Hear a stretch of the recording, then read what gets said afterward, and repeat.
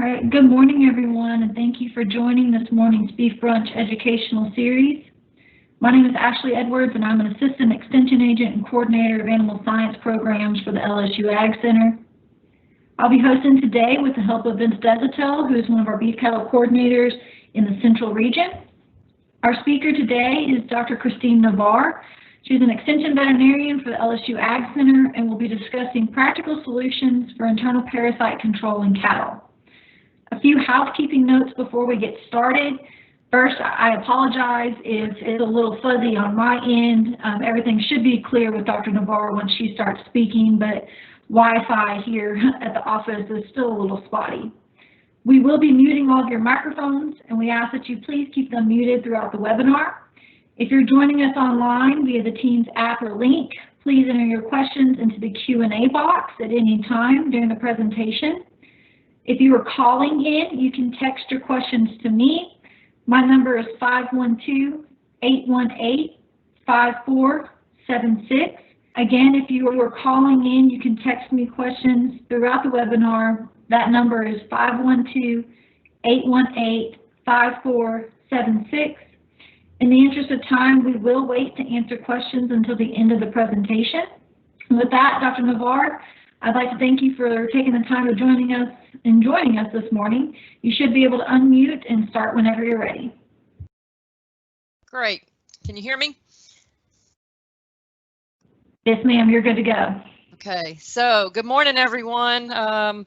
Thank you for joining. I know that these are tough times for a lot of people. Hurricane Laura devastated many areas of our state. It's going to be a long recovery, but we'll get there. I want to also thank Ashley, Lee, Jason, and Vince for putting this series together. It's really been great. So what we're going to talk about today are internal parasites in beef cattle, and actually this is going to concentrate on cow-calf herds, and then we're going to try to find practical solutions.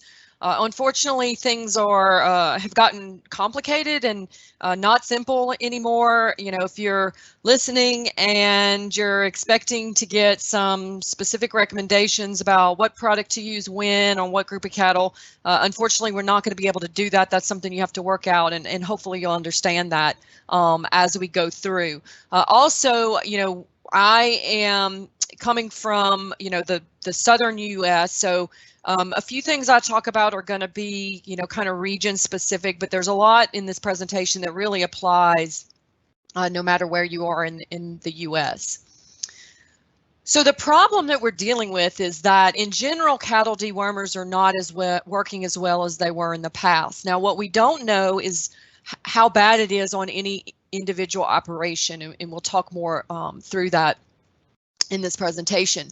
And this problem is really only going to get worse over time. As long as we continue to use these products, and we will, it is going to get worse, but we can slow it down, and we need to think about doing that.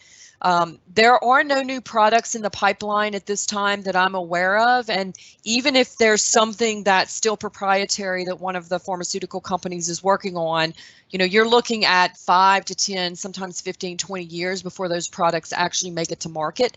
And so, you know, we've got what we've got, and we've got to be able to figure out how to keep these things working. And so we need a new way of dealing with parasites. Again, we can't just do what we've always done and, you know, dewormed everybody on a schedule.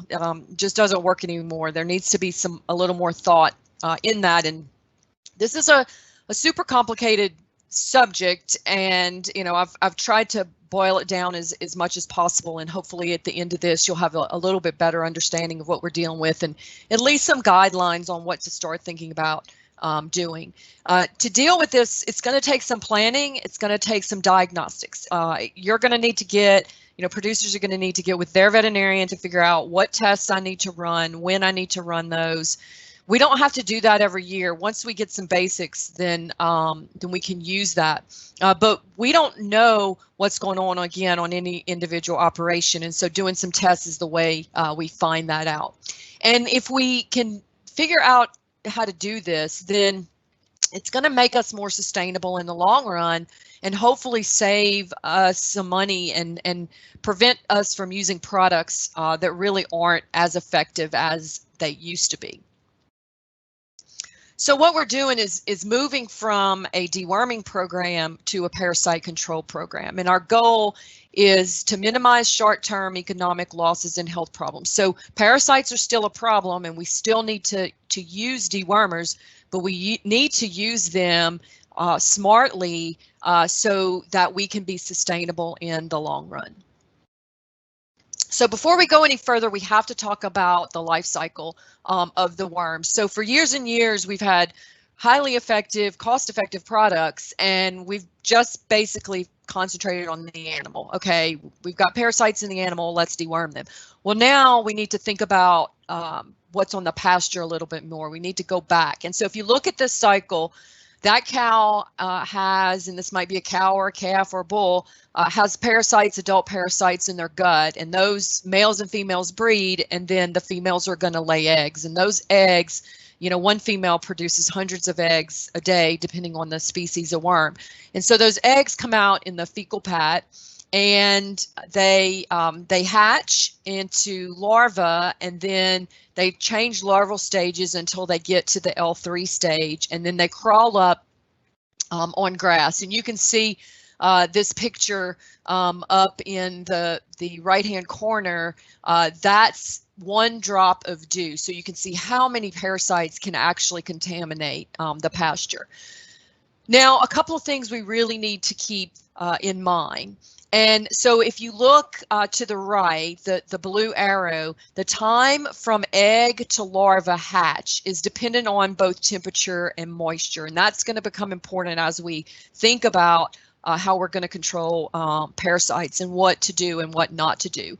And then if you look there to the left, how long that infective larva lasts on the pasture is really temperature dependent. So once the eggs hatch and they crawl up and sit there, if nothing comes along and grazes it and eats it, and it just keeps sitting there, then in the heat of the summer, those are going to die off quicker than they will in the winter. So if we move cattle from a pasture, as long as we've had rain and those eggs can hatch out of the fecal pad and move up, if we take the cattle off the pasture and we leave that without cattle for a while, we can really clean up that pasture.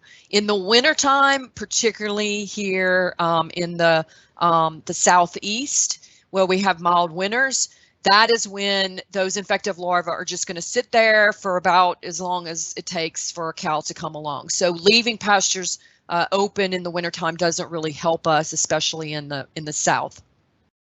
And that's flip-flopped when you look in the north. So what are the impacts of parasites in general? So we've got study after study after study that show, you know, all kinds of impacts of these parasites. But what we have to remember is that study is location dependent. And so we're going to have to figure out what's exactly happening on our individual ranches. But we know in general that for the most part, the economic impacts are from decreased weight gains in young cattle, decreased reproductive efficiency, and decreased milk production. What's kind of you know, under the water that we don't necessarily see, but is super important, is the impacts of on the immune system. So parasites impair the immune system.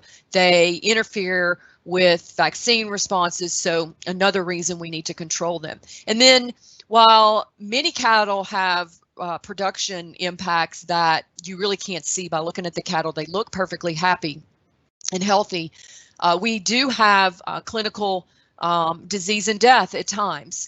Young cattle more likely, but we can have that in adults, either when cattle come in and they have never been exposed to parasites and all of a sudden they get exposed to a high load, or particularly when we have other diseases or stressors. So if we have liver flukes, if we have poor nutrition, and you combine that with some internal parasites, then we can have even, you know, we can have cows die, even adult cows. So this is a great picture from a study done in Louisiana several years ago. And you can see What the impacts from a production standpoint and growth in young cattle are really because parasites depress the appetite. And so you can see that pasture on the left has really been mowed down, and then you can see that pasture on the right where you still have quite a bit of forage. You can't tell by looking at these calves. If you mix them up, you wouldn't be able to look at them and tell which ones had parasites and which ones didn't. But you could definitely, if you did, weights pre and post treatment, you would definitely see a weight difference. And that weight difference is because those calves eat less. So figuring out, so we've got all these studies across the US that kind of tell us in general what parasites do, but how do we know how many parasites we have and what are the impacts on each individual ranch? And again, that's going to be highly dependent on where you're located. The picture on the top is a ranch I visited between Kingsville and Laredo, so South Texas. These cattle, they graze some during parts of the year, but for the most part, they're browsers. It's too hot for parasites to survive there very well, and then those cattle are not always eating on the ground, and so a lot less parasite pressure, although they have other pressures. And then the picture on the bottom is going to be more, southeast up into, even up north, where we've got more high intensity grazing, we've got warmth, we've got wet parts of the year, and our parasite pressure is going to be higher. So the impacts on an individual ranch are going to depend on really 3 factors, and we're going to talk about each one of those. So pasture factors, cattle factors, and then the level of dewormer resistance that's on an individual ranch. And the hard part about this is it's unpredictable. So even with some diagnostics, we might figure out what's going on this year, but we have changes to management, weather, other diseases may come in, nutrition, that makes it tough to predict what's out there on pasture in particular, and then what's in the animals. So we've got to do our best to keep track of those things. So we're going to talk about pasture factors first. So what impacts the parasite numbers on pasture? So really the weather is really important. And so the development of that infective larva, so it hatches out and migrates up on the plant so that it's now sitting there waiting on the cattle, is very dependent on both temperature and moisture.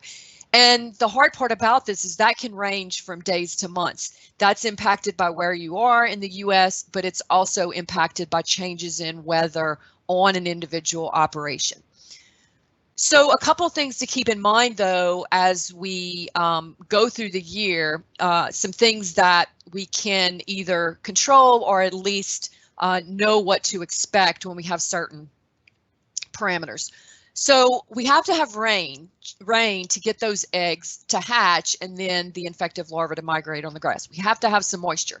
So when we're in a drought situation, what happens is the cows are out on the pasture and they're continuing to lay eggs, or the parasites lay eggs, and they're continuing to deposit those fecal pads. And so the eggs in those fecal pads just kind of build up, and without any moisture, they just sit there in those fecal pads. And then what happens when it does rain, all the parasites come out all at once. And that can present an overwhelming burden to cattle, particularly young cattle, but even older cattle. And unfortunately, when we're in a drought situation, many times we're also in, our cattle are stressed nutritionally. We're having trouble, they don't have grass and we're having to supplement them, and maybe they're marginal on their nutrition. And so you add those 2 things together. So that's something that you need to talk to your veterinarian about if you're in a drought situation, is to say, okay, what do we need to do when it does finally rain to get a handle on our parasite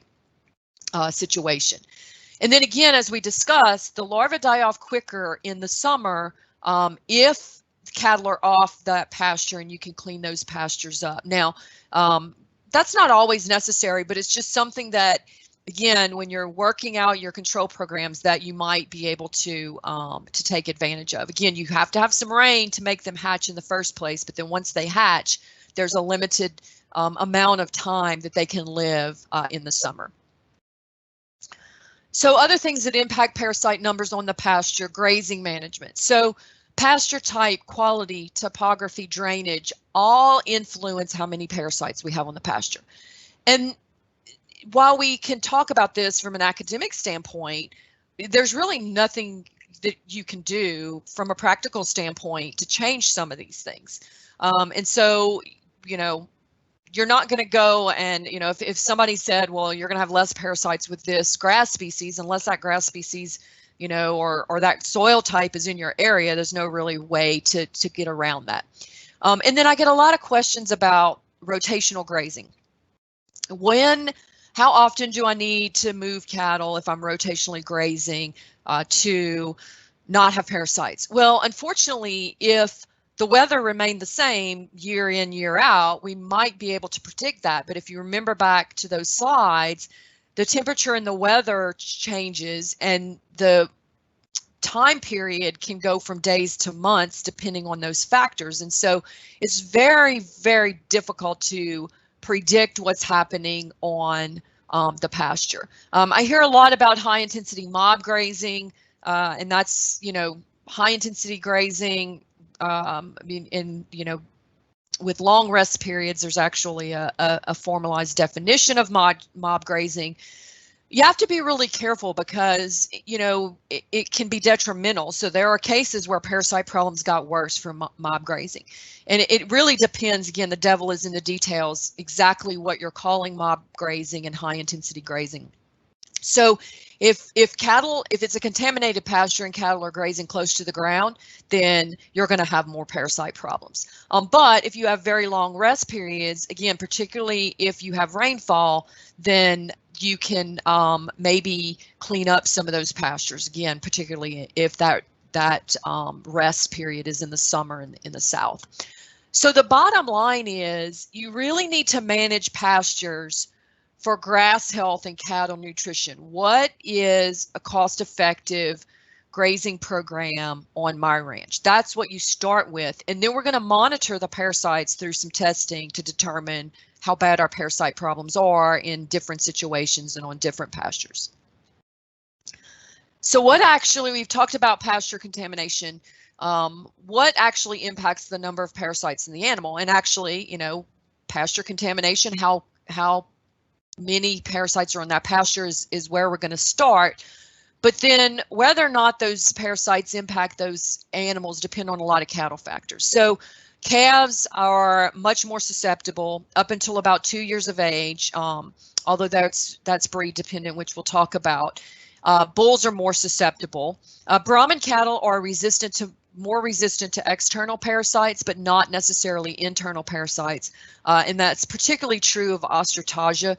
There's some preliminary data out there that shows that Brahman cattle, because they developed in parts of the world that were extremely hot, and Ostratagia, which is one of our really bad parasites, doesn't live in those very hot areas, that Brahman cattle don't know how to mount an immune response, and it takes them longer to mount an immune response. Now, what we don't know is whether or not Brahman crosses, when you add some hybrid vigor, we don't know what that does to the parasite susceptibility. I personally believe that hybrid vigor would be a good thing and it would help those cattle fight off those parasites. Other stressors are critical. So many cattle, particularly adult cattle, can get along with some parasites, but when you add other stressors to those parasites, then you start to have problems, and it can be deadly. So liver flukes, in areas that have liver flukes, it's important to know that and to manage those. And then adequate nutrition is also very important. The amount and quality of forage, trace minerals, supplementation is going to be very important. Particularly what we see most often is we see cattle, especially heavy pregnant cattle or lactating cattle that have those stresses. You add some cold weather, you add some mud, you add some poor nutrition. Maybe they're on some poor quality round bales of hay. They're not getting supplemented. And then you add on parasites, and that can actually be a deadly situation. A previous exposure. So cattle have to be exposed to some small level of parasites to develop immunity. And replacement cattle, especially from western states where it's drier, particularly further north where you don't have the pressures and they've never been exposed, then if we, say we buy a group of bulls or a group of heifers and we bring them down, they've never seen those parasites. So even though they're older, they're still very susceptible. We also have to be very careful. Again, Ostratagia does not live where it's very hot. So the very southern tip of Texas and Florida, those cattle may not have been exposed to Ostratagia, although there's some evidence that might be changing a little bit. But, there's been cases where people have bought cattle from those areas and brought them north. And even though they may be 2 or 3 years old, they start dying of Ostratagia because they've not had a chance to mount an immune response and they get exposed to high levels. And then we know that some cattle are more genetically susceptible and some cattle are more genetically resistant, and it would be really nice to be able to have a really effective, cost-effective tool to pick those cattle out. We don't necessarily have that, but we'll talk about, selecting cattle over time that don't need our help with dewormers. And then finally, we need to look at the level of dewormer resistance. How well, when we use these dewormers, are we really impacting the level of parasites in those animals like we have in the past?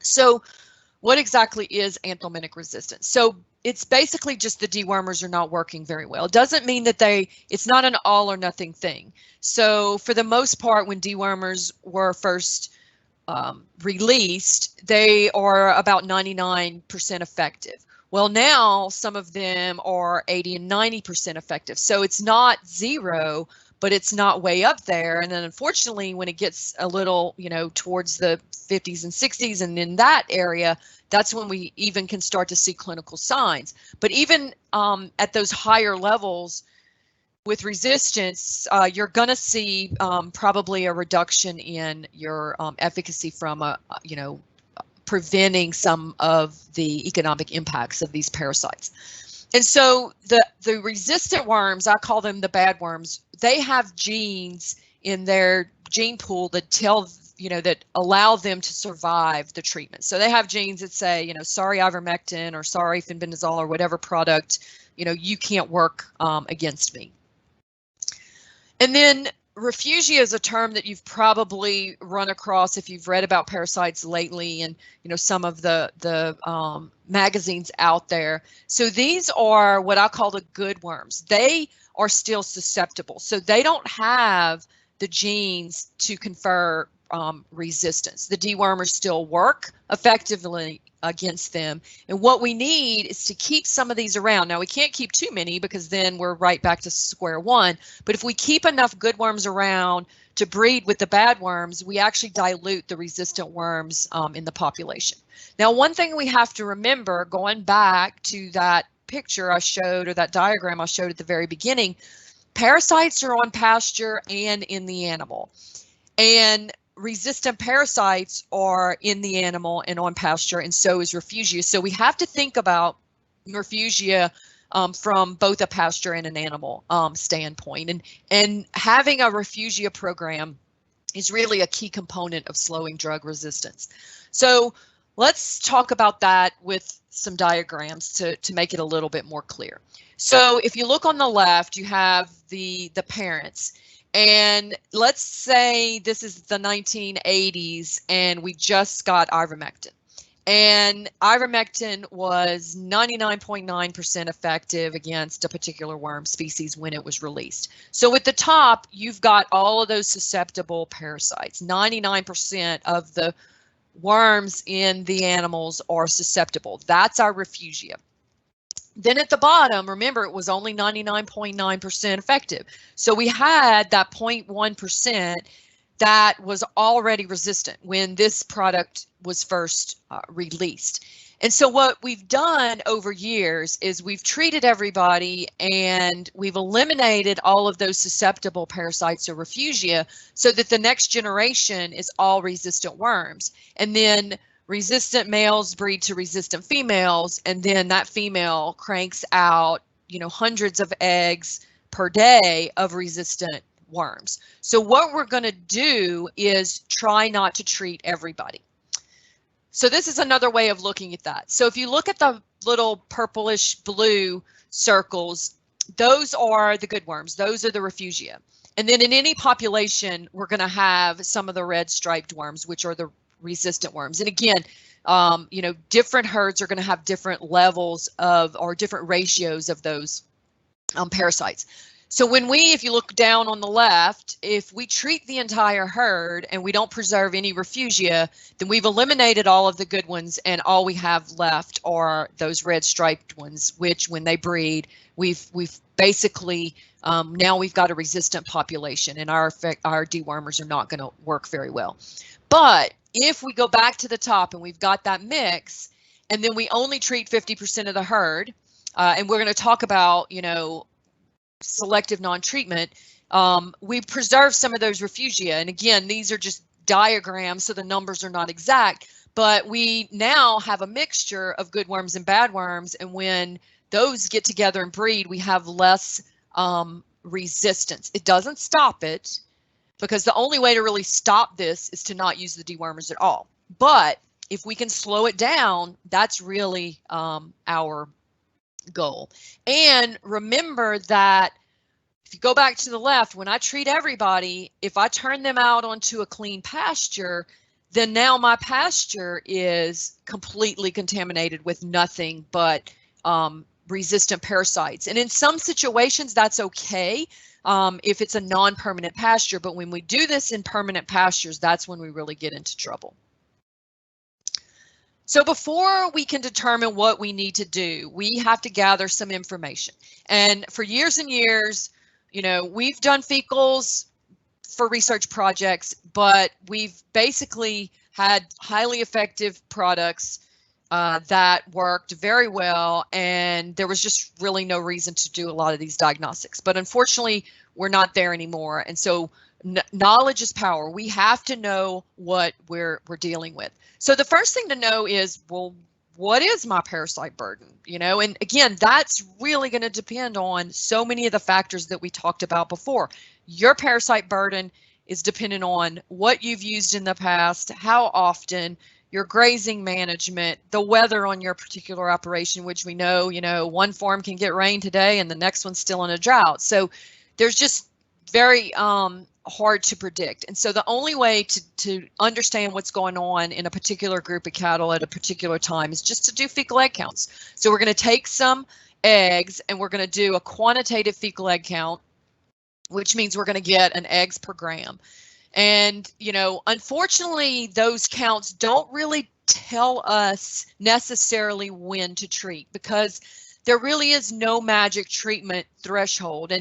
And whether or not cattle respond to treatment has to do not only with how many parasites they have, but what is the effect of those parasites on those animals. So if animals are highly susceptible to parasites, then deworming, you may get more pounds of gain or more response from reproduction than you would in cattle that are more resistant on their own. So, you know, we really don't have that magic treatment threshold. But what we can do, if you do an entire group, you can use that to make selective treatment decisions. So let's say we do fecals on an entire group, then we can treat the ones with the high egg counts and not the others. It's a little bit impractical, but in some cases that might be necessary. And then again, that also gives you data. You don't necessarily have to do that every year. And then we're going to use on-farm trials at times to determine, well, so I've got calves and they've got 200 eggs per gram. Do I need to treat them or not? And what is the benefit of treating those calves? What am I getting from the cost of that dewormer? What are the gains I'm getting from those calves? And so sometimes you may need to do some trials where you weigh the calves, treat them, and you only treat a portion of those calves, and then you compare the weight gains on the treated and the untreated. Again, something that might help you. It's labor intensive to begin with, but it gives you a lot of information to determine what you need to do. So fecal egg counts are really for monitoring patterns over time with changes in weather management, stressors, and in multiple age groups. So, if you're having a hard winter, you've been fine, and all of a sudden you've got a hard winter and you're getting a little bit worried about these cattle, do some egg counts. How did that compare to a less stressful winter? Did those egg counts go up? Well, then maybe I need to look at treating some cattle. No, the cattle are handling this situation just fine, then I don't need to treat. And then we need to know how well the dewormers are working on individual operations. And that requires a fecal egg count reduction test. And basically what you do there is you're going to take some fecal samples. You don't have to take it from everybody, but you need to make sure you're doing this correctly, and your veterinarian can help you with that. You take some fecals, deworm the cattle, and then about 2 weeks later, you got to take fecals from the same cattle, but then we're going to compare the counts. And so what we'd like to see is, let's say we do fecals and we have 100 eggs per gram, and then we give a dewormer and it goes to 99 or 100 less. So we only have 0 or 1 eggs per gram. That would be highly effective. Well, let's say we still have 20 eggs per gram compared to 100. That's 80% efficacy. That tells us we've got some resistance. It tells us, yeah, that dewormer is somewhat effective, but not highly effective anymore. So once we know that, and we know what products work at what level, then we have to think about 3 different Refugia-based strategies. And this is definitely just in general. So targeted treatment really tells us when to treat, or more importantly, actually when not to treat. So what we don't want to do is treat all of the animals when there's no Refugia on the pastures, because then that eliminates Refugia in both sources. We can get away with not having Refugia on the pasture if we don't treat all the animals, or we treat all the animals and we put them on a contaminated pasture, but we can't do both at the same time. And the big thing to avoid in the South, this is different in the North, is avoiding treatment of everybody in the summer when there's no Ostratagia Refugia on the pasture. We actually used to recommend this because in the short term, it really helps eliminate a lot of the parasites. But if you think about what we're doing to Refugia, we're taking all of the Refugia out of the animals, and there's no Refugia on the pastures. So all we're going to have left to breed each other and develop are resistant parasites. And then targeted selective treatment and selective non-treatment are very similar, but that tells us who to treat and who not to treat.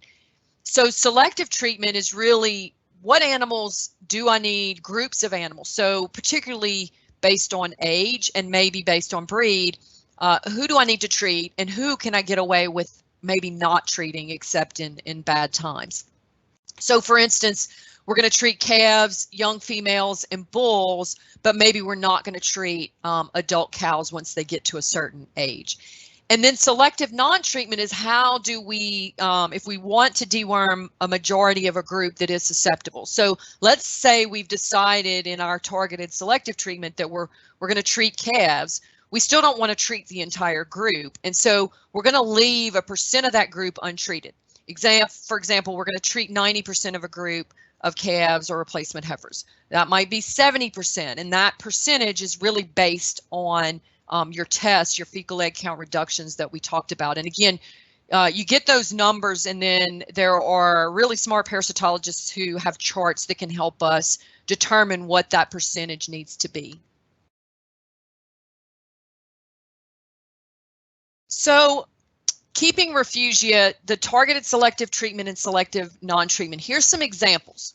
And again, these are just examples, because if you do this and you don't pay attention to the rest of what's going on the ranch from a health standpoint and a management standpoint, you can get yourself into trouble. So this is where your veterinarian really comes into play to help with this. But let's say we're not going to deworm cattle once they've weaned their first calf. We know that younger cattle are more susceptible. First calf heifers have a lot of pressure on them. And so once they've weaned their first calf, they're not going to get dewormed. So then they serve, those animals, those older cows then serve as a source of Refugia. Now, again, the age cutoff is dependent on breed and other stressors. We said Brahman cattle or probably take longer to develop immunity to some of our worst parasites. And so maybe I let a Brahma cow wean her second calf before I decide not to deworm her. But again, that's getting into the details that can be made on an individual operation. So then let's say we've got some replacement heifers and we want to treat most of them because they're still susceptible, but we still need a Refugia-based program. And so let's say, 10 to 30 and even up to 50% we're not going to treat. So again, the percentage is going to be based on those dewormer resistance from our fecal egg count reduction, those diagnostics. So let's say our diagnostics say, when we use the dewormers in combination, which we'll talk about next, we're still 99% effective. Well, in that case, only leaving 10% untreated is going to be fine. So you can treat 90% of them. But then who do we select to not get dewormed? And so there's a couple of practical ways to do that. So that can be based on weight. So there's some really good research studies out there that show that if you pick the heaviest animals and the top 10% heaviest animals and you don't deworm them, you're not really giving up, because when we look at deworming an entire group and we look at the weight gain from deworming, there's an average in those animals. Some are going to benefit much more than others. Let's say we've got, a really uniform set of heifers.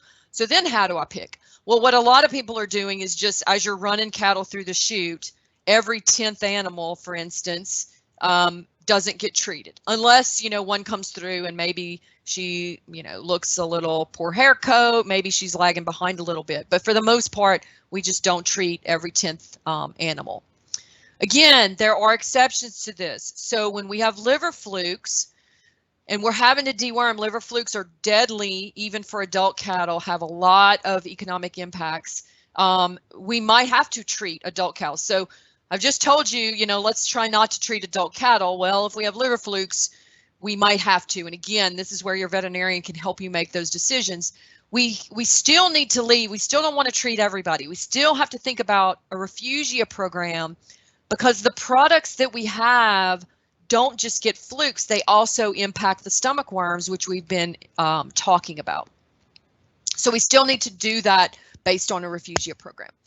And then again, times of nutritional or other stress, we really have to, there may be years, it's not every year on every operation, there may be years where we do need to treat those adult cows that normally wouldn't need treating. Maybe we've had a drought and now all of a sudden it started to rain and we have an overwhelming, exposure, and even adult cows are starting to show some problems. Again, that's where your surveillance can really help.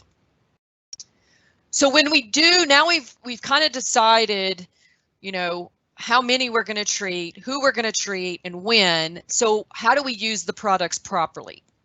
So when we've decided who we're going to treat, we are always going to use, now the recommendations are combinations. You're not going to use either ivermectin or benzimidazole, Safeguard, for instance, or valbazin. You're going to have to double up classes.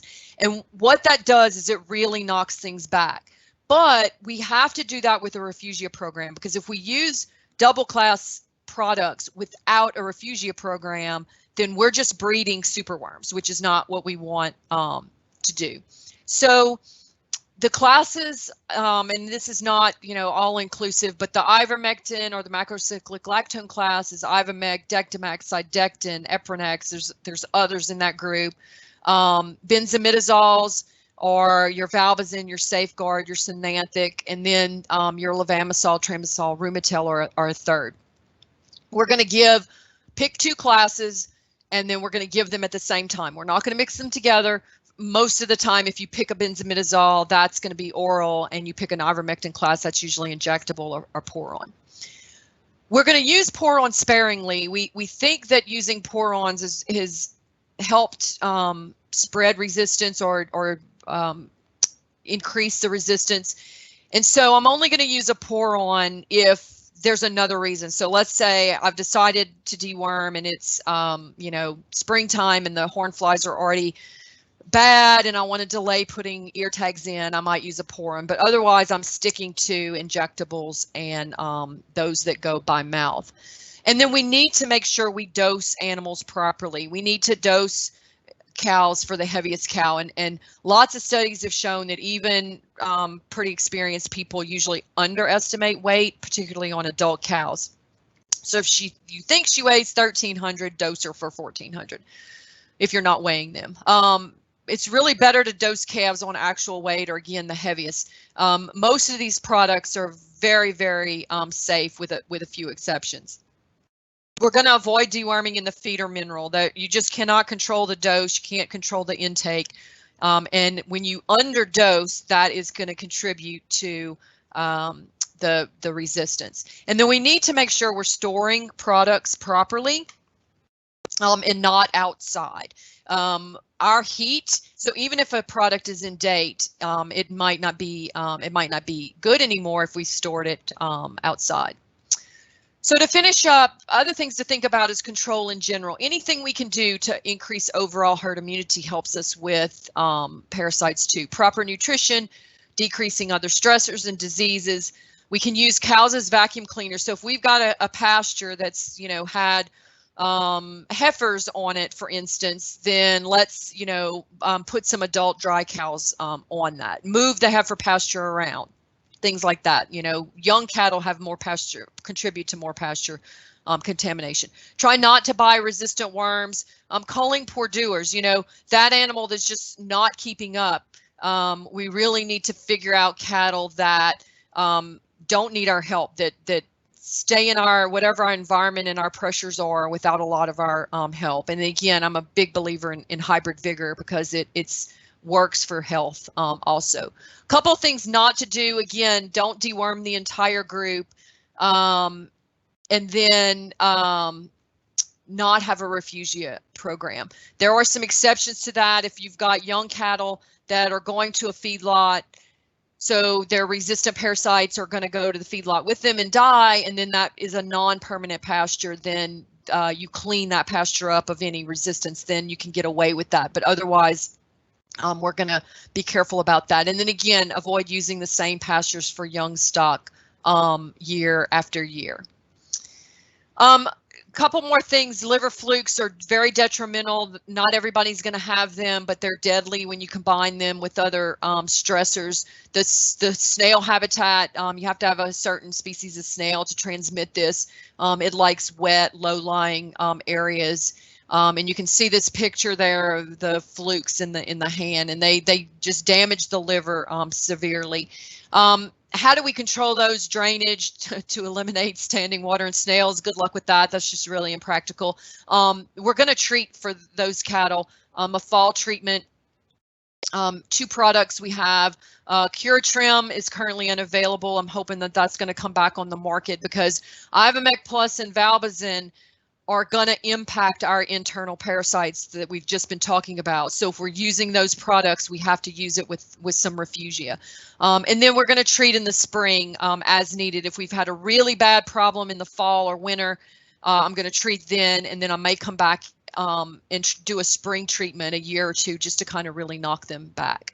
So the bottom line is this is a balancing act. We've got to balance short-term economics with long-term sustainability, finding those cattle that, survive without our help. We have been selecting cattle in the face of dewormers without a lot of parasite pressure for decades. And so now that those products are not working very well, how well can the cattle that we have been selecting handle that parasite pressure? I want to find those cows that handle it without my help.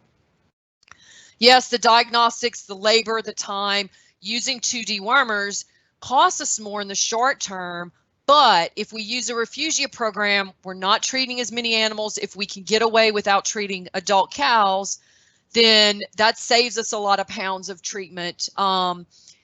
We've got to understand which products actually work, and then again, selection of cattle that don't need deworming in the long run. Work with your veterinarian to help you with the diagnostics. I'm always available to those veterinarians to help with this also. And then you really need to integrate. It's fun to talk about parasites kind of in a bubble like we're doing today, but really parasite control has to be worked in with other herd health and management recommendations. And I love this, the true meaning of life is to plant trees under whose shade you don't expect to sit. So you know, we've got to pay attention to our sustainability with these products because we're not getting any more. And none of us want to hear this message. It's much easier to just, you know, give a dewormer and continue to do what we're doing. But we're in a pickle and we need to try to do better and be more sustainable. So with that, that is it. If there are any questions, I'm happy to try to answer those. I want to thank everybody again for tuning in. Wonderful, thank you. I don't see any questions right now. I'm going to share my screen really quick, and Vince, okay, if you don't mind just watching the Q&A box to see if anybody jumps on. But I want to share. Hopefully, it's letting me.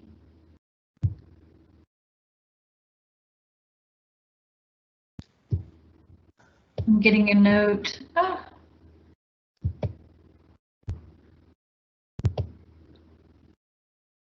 Okay, I hope that y'all can see. Dr. Navarre, can you see my PowerPoint for feedback? Yes, I can. Sorry, I was muted. Oh, no, you're good. Okay.